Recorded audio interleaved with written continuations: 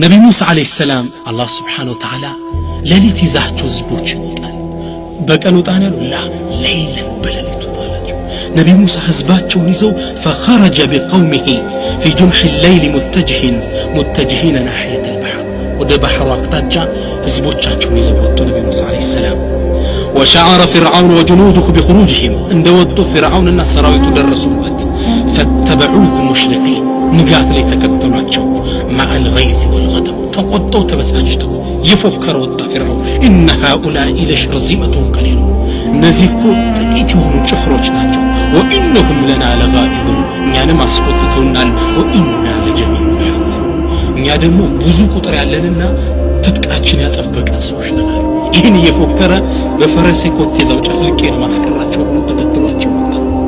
ልክ ጧት ላይ ሲወጡ فلما ترى الجمعان ሁለቱ ጎሳ ተያዩ فرعون ከነሰራዊቱ ነቢ ሙሳ አለይሂ ሰላም ከነህዝባቸው ያኒ ህዝቡ ጎሳው ሲታይ የነቢ ሙሳ ባልደረቦች ምን አሉ قال اصحاب موسى إنا لمدركون ደረሱ ሊያጠፉን ነው ነቢ ሙሳ አለይሂ ሰላም አላህ ላይ ተደገፉት ምን አሉ كلا إن معي ربي سيهدين الله أكبر موجود من قديم رجال الله أكبر اللهم سبحانه وتعالى قطتኛ መንገዱን መራቸው ግን በሚችሉት አቅም መጨረሻ ሰበብ ማድረስ ነበረባቸው الله سبحانه وتعالى من على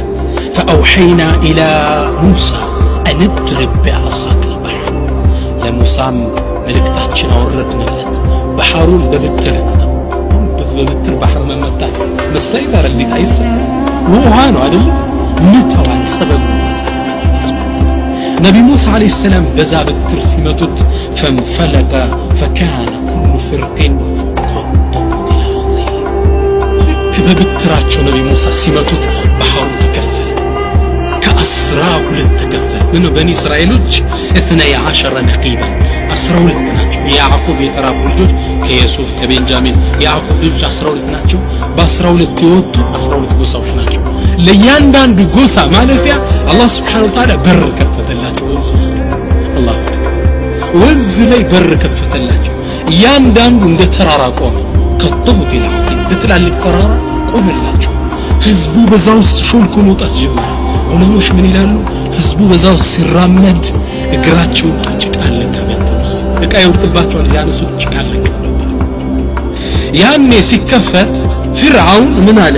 አይ ይሄ ባህር እኮ ሁሌም ኩራተኛ አይደል ይሄ ባህር የተከፈተው ለኛ ለግርማችን ለክብራችን وأزلفنا ثم الآخرين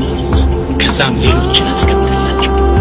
ፍርዓውን ከነሰራዊቱ ከቶ እንደገባ የነቢ ሙሳ ህዝብ ከቶ እንደወጣ ይህ እንደ ተራራ የቆመው የውሃ ማዕበል ተናደባቸው አላህ ተናደና እንዳለ ሰራዊቱን ዘዋጥ አላህ ምን አለ ወአንጀይና ሙሳ ወመን معه أجمعين ሙሳንና ህዝቦችን አዳናቸው ثم أغرقنا الآخرين ሌሎች ቀሪዎችን የፍርዓውንን ሰራዊት ከነፍርዓው እዛው ባህር ውስጥ አሰጠምናቸው إن في ذلك يكون لآية የኔ ጌትነት መገለጫ إن في ذلك لآية ይህ እኔ ወደኔ የተደገፈ ሰው እንደማይወድቅ የታየበት